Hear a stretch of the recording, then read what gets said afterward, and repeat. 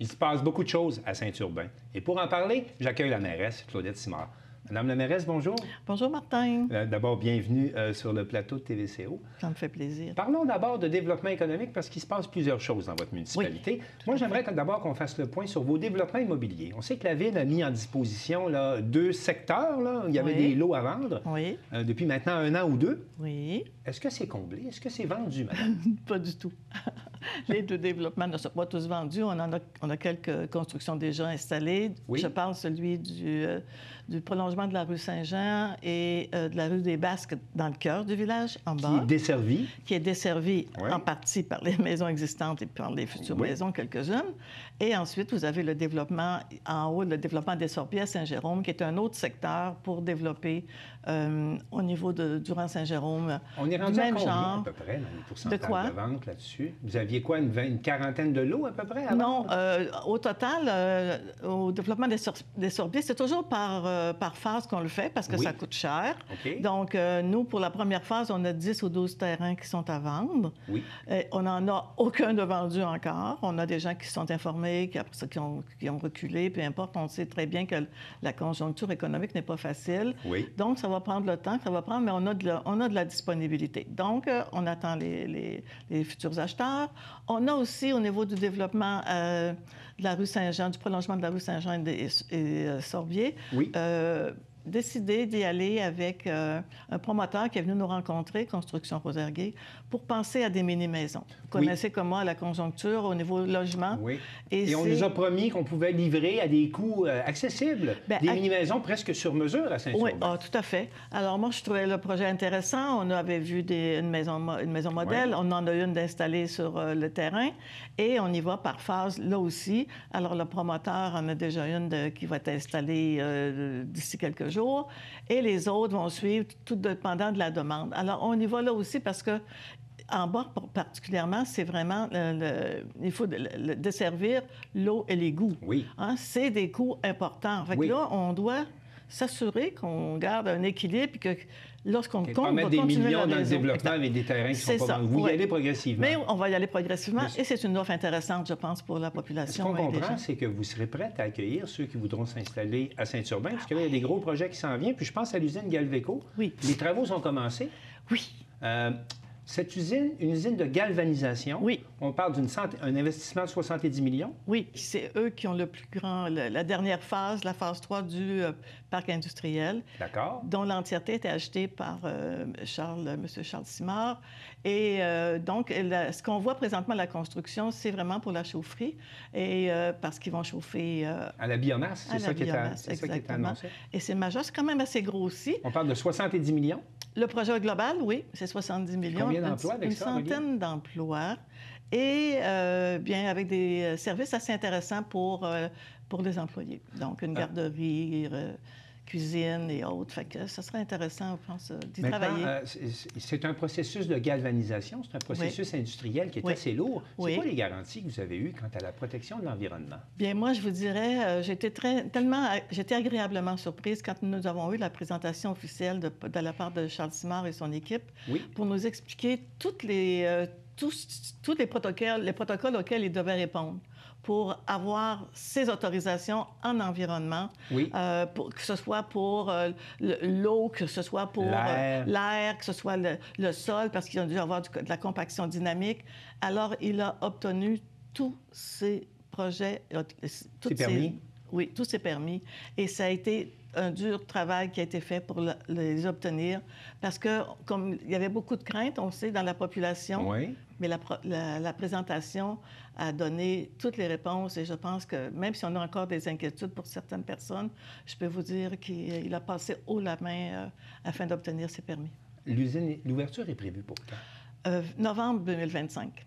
Maintenant, sur un autre sujet, là, on a appris qu'il y avait du titane dans le sous-sol de Saint-Urbain et qu'il y avait des spéculateurs, des gens qui étaient intéressés à venir faire des travaux miniers pour voir si effectivement on ne pourrait pas développer une mine de titane à Saint-Urbain. Ça fait réagir beaucoup. Pouvez-vous m'en parler un peu? Bien, moi, oui, ça fait quand même 4-5 ans qu'à l'époque, c'était Viard avec le projet Foutil, qui s'appelait ainsi, et il venait faire un peu de prospection du côté du nord, au nord de Saint-Urbain.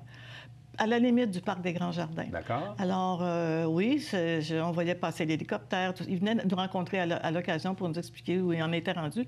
Mais ça a pris pratiquement 5 ans là, pour en arriver aujourd'hui à ce que Viard soit maintenant Néo-B, parce qu'ils l'auront vendu. Bon, alors là, on est rendu... Moi, ce qui m'a étonné le plus, c'est de voir ce forage qui va se faire du côté du contrebas du Mont-des-Cygnes. Du Mont-des-Cygnes. Parce que ce qu'on a appris, justement, c'est que le ministère de l'Environnement a octroyé des permis pour après la chasse, quand même. Là, ils ont respecté les chasseurs. Mais il y a des forages qui vont se faire de ce côté-là. Tout à fait. Ça a réagi assez fortement là-dessus. C'est normal, hein, je pense. Racontez-moi un peu. Je sais même que la MRC a pris position de ce côté-là. Oui, c'est pas position, c'est donner un avis. Le ministère des Ressources naturelles a demandé un avis sur ce projet-là. Il l'a demandé pour la MRC de l'Est, notre MRC. Nous, on a envoyé aussi un avis au niveau municipal, mais on a fait parvenir l'avis le 10, puis le 11 sortait l'autorisation de la part du ministère, le permis. Voilà. Vous vous opposez au projet? J'ai de la misère à répondre. De toute façon, ce qu'ils vont faire là, puis on ne peut pas les empêcher. Ils ont des claims, ils sont autorisés à le faire. Vous savez comme moi qu'au niveau des lois sur les mines, même les gouvernements n'ont pas tellement de pouvoir. Et si je vous dis que j'ai 75 de mon territoire qui a des claims... Oui. Hein, 75 et 70 de mon territoire est sur le séminaire de Québec. Fait que vous voyez qu'il ne m'en reste pas gros municipal. Et le secteur où seraient les forages, c'est sur le séminaire de Québec. Donc, au point de vue légal, vous avez peu de juridiction qui vous permettent d'intervenir là-dessus, si ce n'est que donner des avis puis de prendre une position. Est-ce que vous pensez participer aux consultations en cours sur les aires protégées? Parce que vous pourriez peut-être demander que cette aire-là soit protégée. Bien, écoutez, bien sûr qu'on va y participer. Je pense qu'au niveau du Conseil des maires, on ne peut pas passer à côté de ça. On parle des paysages, on parle de l'environnement et on est, nous, à la limite du cratère qui fait en sorte que c'est la réserve mondiale de la biosphère. On travaille pour être en liste à l'UNESCO pour être reconnu mondialement, c'est autre chose, là. Quand des intérêts divergents. Tout à fait. À suivre. Lors de votre élection, vous aviez parlé de l'importance de mobiliser vos citoyens, puis de faire en sorte qu'il y ait... Bon, que les gens de Saint-Urbain s'entraident. Oui. Il y a eu des initiatives là, qui ont été mises de l'avant. Parlez-moi de ça. On a dû travailler... D'abord, on a décidé pour l'avenir, pour l'année 2025-26, de travailler sur la revitalisation du milieu villageois. Oui. À partir de là, avec la chance d'avoir aussi le projet signature au niveau MRC, qui aide les municipalités, qui les accompagne pour revitaliser nos milieux, alors nous avons eu la chance d'avoir une...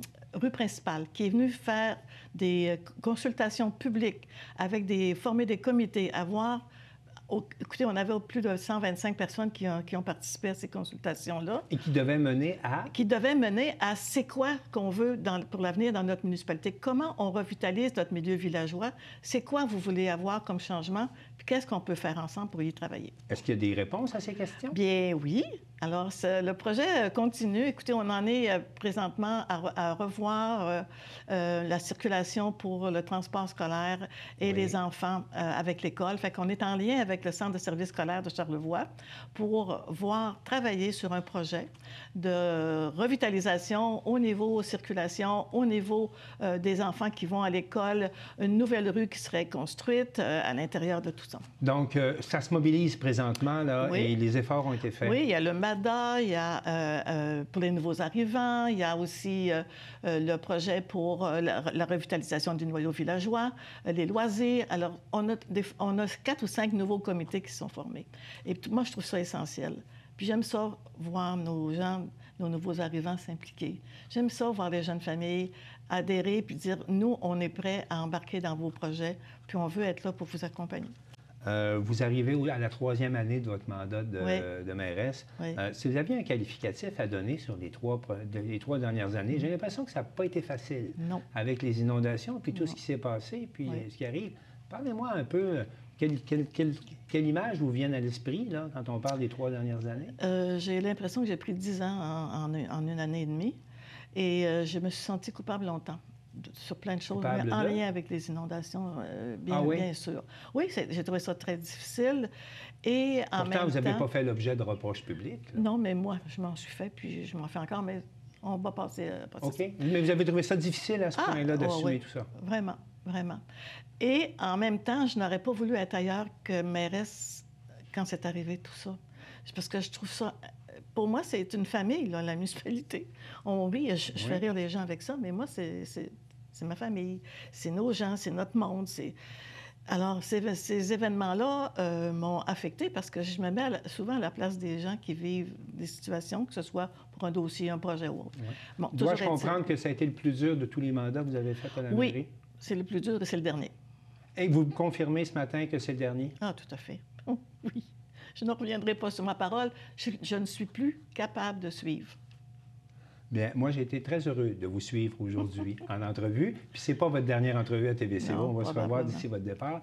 Je vous remercie beaucoup, Mme Simard, et je vous souhaite la meilleure des chances. C'est très gentil. J'ai beaucoup aimé cette entrevue. Merci. Au revoir. Merci.